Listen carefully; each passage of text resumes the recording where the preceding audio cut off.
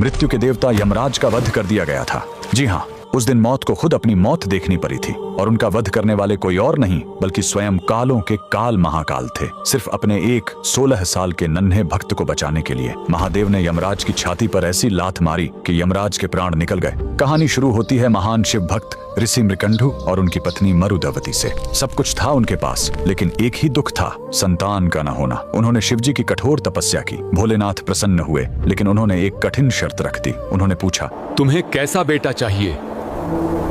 एक जो 100 साल जिए लेकिन मूर्ख हो, या एक ऐसा ज्ञानी बेटा जिसकी उम्र सिर्फ 16 साल हो? ऋषि ने पत्थर दिल करके कम उम्र वाला ज्ञानी बेटा चुना। घर में किलकारी गूंजी। बेटे का नाम रखा गया मार्कंडेय। मार्कंडेय बड़ा होने लगा, उसका तेज बढ़ता गया। लेकिन जैसे जैसे उसका 16वां जन्मदिन पास आ रहा था, माता पिता का रो रो कर बुरा हाल था। जब मार्कंडेय ने कारण पूछा और उसे अपनी मौत का सच पता चला, तो वो नन्हा बालक बिल्कुल नहीं घबराया। उसने कहा, मैं उस महाकाल की शरण में जाऊंगा जो मौत को भी बदल सकते हैं। वह घर छोड़कर एक पवित्र और सुंदर नदी के किनारे आ गया।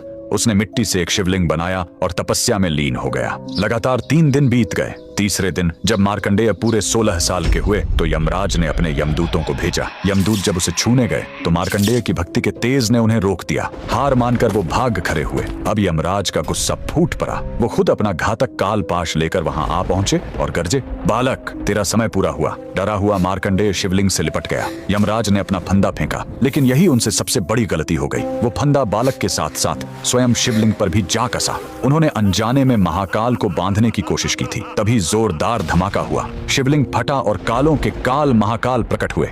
उन्होंने गरज कर कहा, मूर्ख, तूने मेरे भक्त पर वार करने की हिम्मत कैसे की? महाकाल ने एक जोरदार लात यमराज की छाती पर मारी और अपने त्रिशूल से वहीं यमराज का वध कर दिया। उस पल दुनिया से मौत खत्म हो गई। शिवजी ने मार्कंडेय को अमर होने का वरदान दिया। बाद में सृष्टि का संतुलन बनाए रखने के लिए उन्होंने यमराज को भी वापस जिंदा किया, लेकिन इस चेतावनी के साथ कि वो शिव भक्तों से दूर रहेंगे। उस महाशक्तिशाली महादेव के लिए कमेंट में हर हर महादेव जरूर लिखें।